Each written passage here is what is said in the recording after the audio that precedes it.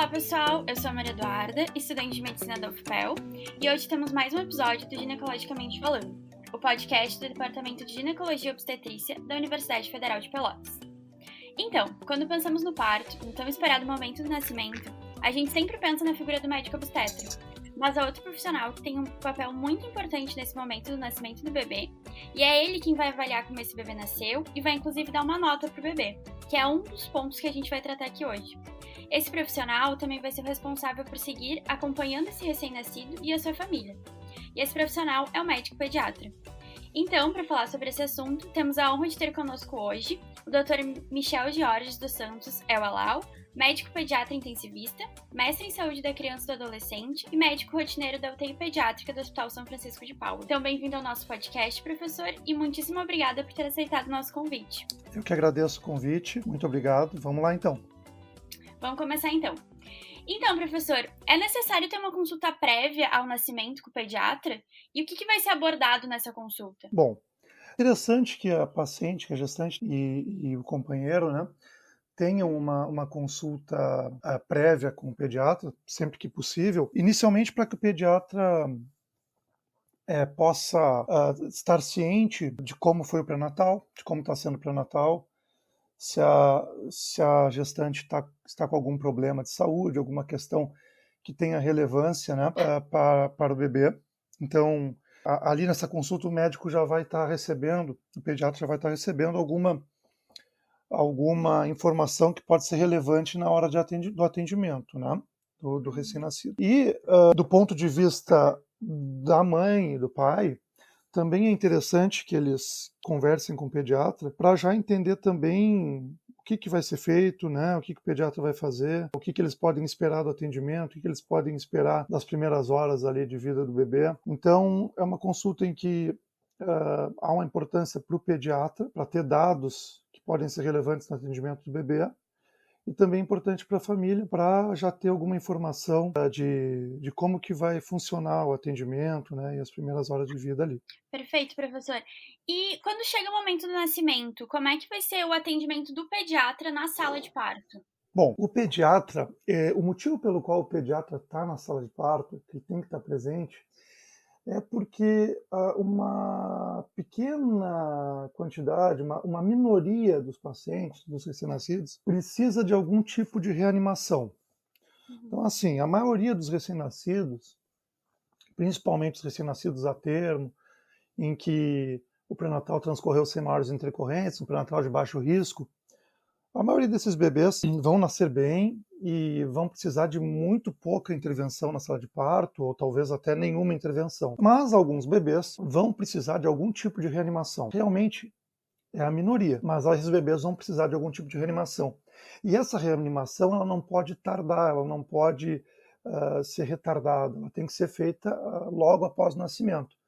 Então um médico treinado, normalmente é o médico pediatra, tem que estar presente na hora do nascimento para identificar aquela situação em que o bebê não está bem, em que o bebê precisa de reanimação, precisa de algum tipo de suporte e que ele possa intervir a tempo de reverter alguma situação de perigo para o bebê. Tomar as medidas necessárias para que o bebê que não nasceu bem fique bem. Na grande maioria das vezes, como eu te falei, bebê a termo com um pré-natal de baixo risco, realmente não há uma necessidade de nenhuma intervenção maior. Mas vamos pensar pré-natais de alto risco, prematuridade, crianças com malformações congênitas, são crianças que podem precisar de algum tipo de suporte ali no nascimento. E é por isso que o pediatra tem que estar ali.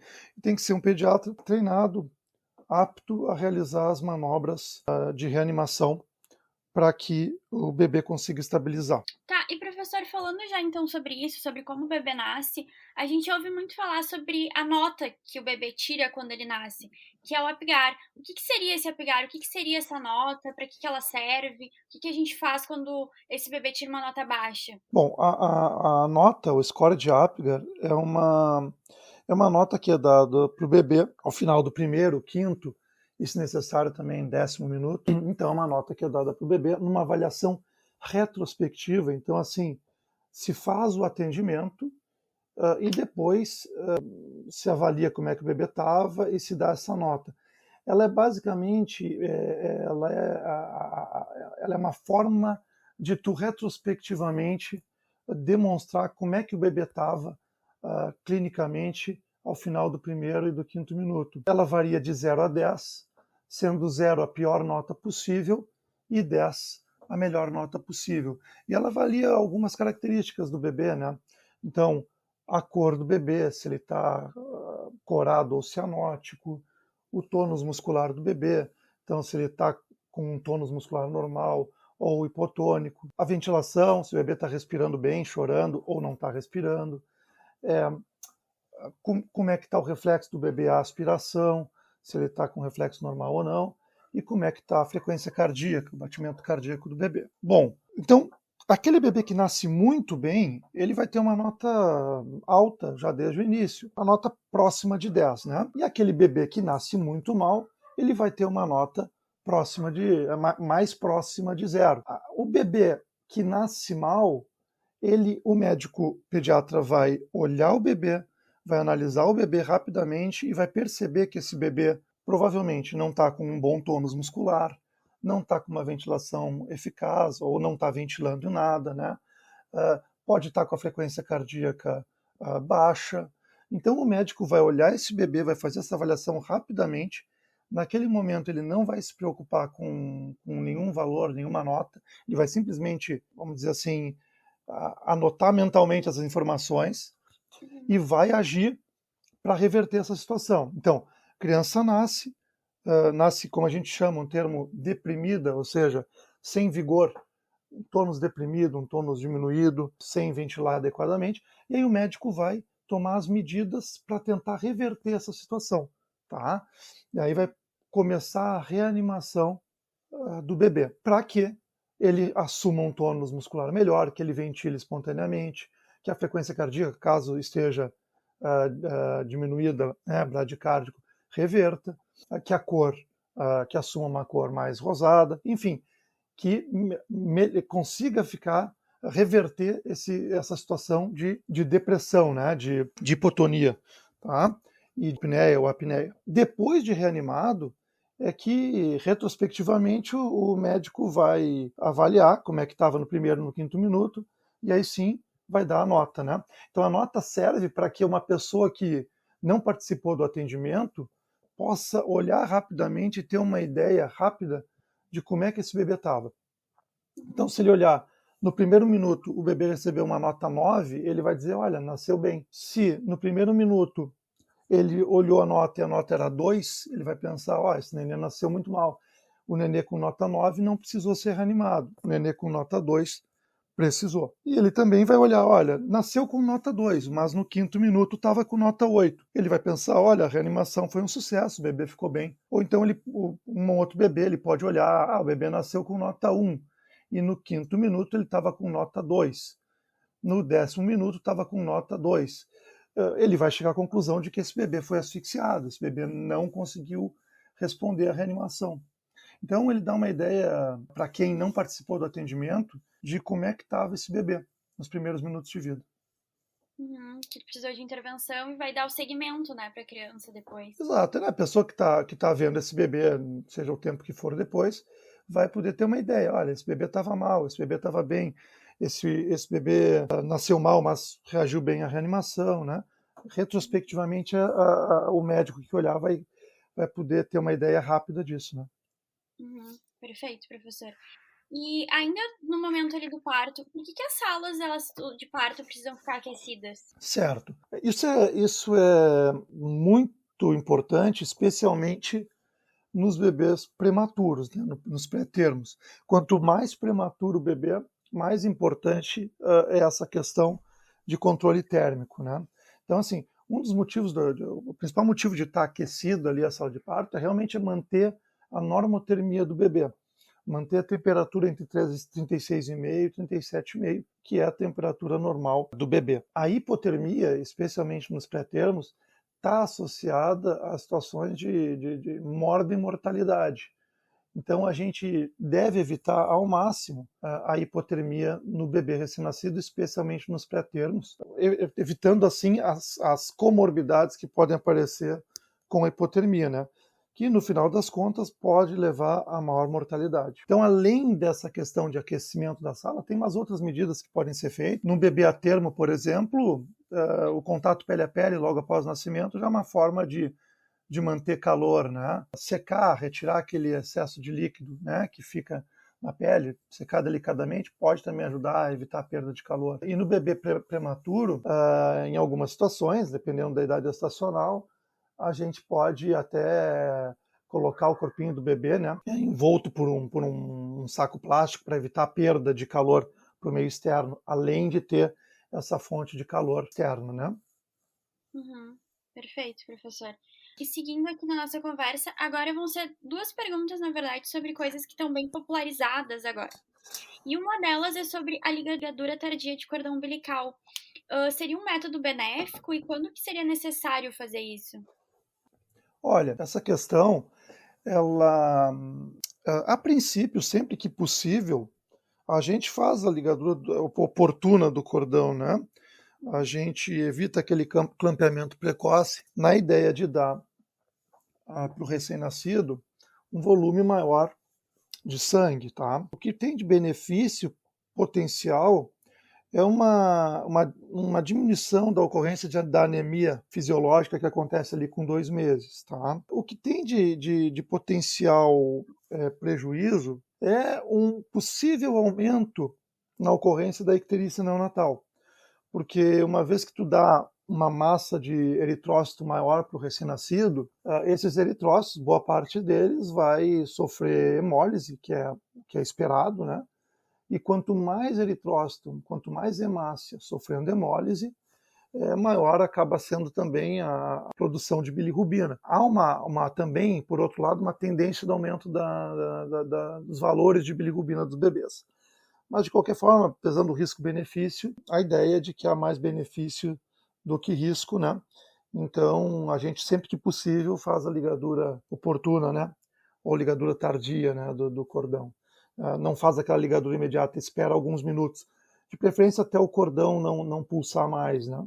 E seguindo nesses assuntos que estão popularizados agora, hoje em dia também muitas gestantes optam por, no momento do parto, solicitar que o bebê não seja levado para o banho logo após o nascimento.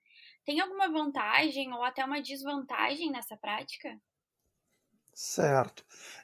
A questão do banho, eu acho que a principal vantagem de tu não te preocupar em dar um banho imediatamente após o nascimento é não perder, é que ao não dar banho, tu dá ao bebê e à mãe a oportunidade de os dois ficarem no contato imediato após o nascimento. E é um momento em que já podemos começar uma amamentação, né? A mãe e o bebê já começam a interagir. Então, essa questão de não dar o banho, a principal vantagem que eu vejo é justamente tu não tirar do contato pele a pele com a mãe, né? Além disso, assim, realmente não é algo essencial dar o banho. A criança nasce com vernix, às vezes um pouco de sangue, né, que pode ser removido manualmente. O vernix vai sair, vai ser absorvido naturalmente. E então, assim, não dar o banho não traz normalmente prejuízo para a criança, né?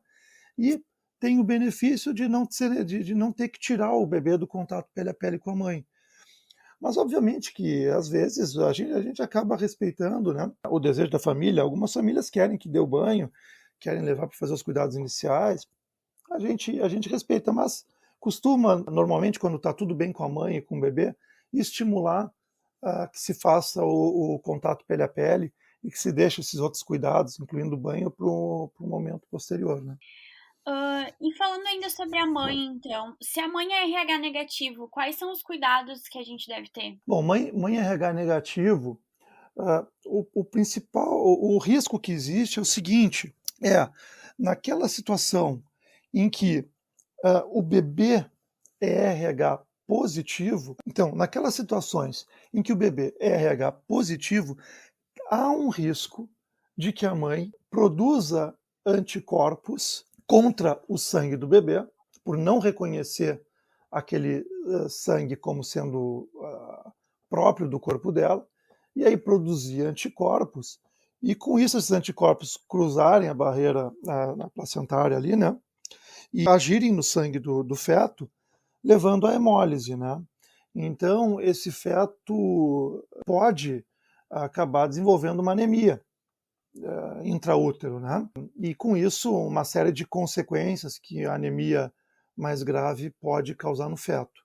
Além disso, após o nascimento, como a hemólise leva a uma produção excessiva de bilirrubina, né? Porque a hemoglobina é convertida em bilirrubina, se tu seguir tendo hemólise após nascimento em grande quantidade, tu tem uma quantidade grande também de bilirrubina sendo produzida.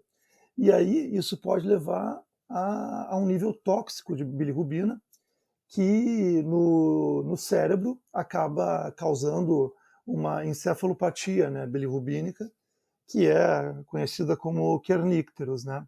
Então, basicamente, se a mãe é RH negativo e ela tem anticorpos contra o sangue do bebê, ela pode, durante a gestação, o feto pode acabar desenvolvendo anemia e após o nascimento, o bebê pode apresentar icterícia. Então, por isso que durante o pré-natal, o obstetra se preocupa em saber o tipo de sangue da mãe, preocupa em ficar avaliando se pode ou não estar acontecendo algum tipo de reação de produção de anticorpo. E sempre que uma mãe RH negativo tem risco de estar sendo exposta a um sangue positivo, né, ela acaba fazendo a RhoGAM, né, a imunoglobulina, para tentar evitar que venha a desenvolver anticorpos contra o sangue RH positivo e que numa futura gestação possa ter algum tipo de reação contra o sangue de algum novo feto de sangue positivo. Então esse é o risco, anemia no feto e kernícteros por encefalopatia bilirrubínica, né, no recém-nascido. Tá. Então, seguindo, o senhor comentou agora sobre bilirrubina, icterícia. O que é o amarelão neonatal e por que ele acontece? Vai acontecer só nessas pacientes RH negativo? Como é que é? O amarelão é o termo popular, né, para icterícia, né? E justamente porque a bilirrubina é um pigmento amarelado, né? E que vai se depositando nos tecidos, inclusive na pele. Mas o problema não é que a bilirrubina se depositar na pele. O problema da bilirrubina é quando ela se deposita em grande quantidade no cérebro, levando a essa encefalopatia bilirrubínica. E ela acontece assim, certamente ela é muito intensa nas situações de hemólise, porque tu tem uma grande quantidade de hemácias sendo destruídas, liberando muita hemoglobina, que vai ser metabolizada rapidamente em bilirrubina, e o fígado do bebê não vai dar conta de transformar toda essa bilirrubina indireta em bilirrubina direta e excretar essa bilirrubina. Então, como o fígado não vai dar conta de fazer isso, essa bilirrubina indireta vai acumulando, e aí pode levar a encefalopatia. Então, assim, o quadro grave normalmente costuma ser nos casos de hemólise, né? E aí essa bilirrubina, esse amarelão, essa icterícia, acaba acontecendo muito precocemente. Então, um sinal de que a icterícia é patológica, de que a icterícia não é normal, é aquela icterícia que acontece nas primeiras 24 horas de vida. Não se espera que uma criança com menos de 24 horas fique amarela. Se ela está amarela com menos de 24 horas é porque teve bastante hemólise. Então, se teve bastante hemólise, provavelmente é uma doença hemolítica que está acontecendo e a produção de bilirrubina deve estar muito grande e alguma coisa vai ter que ser feita para evitar a encefalopatia bilirrubínica. Tá? Agora, é muito comum o bebê sadio, que não tem nenhuma doença, desenvolver algum grau de amarelão, algum grau de icterícia, tá? Que são as icterícias fisiológicas, né? Essas icterícias normalmente acontecem ali depois das 48 horas de vida, não costumam ser muito intensas, mas podem ser intensas também, mas não costumam ser muito intensas. Costuma aparecer depois de 48 horas de vida.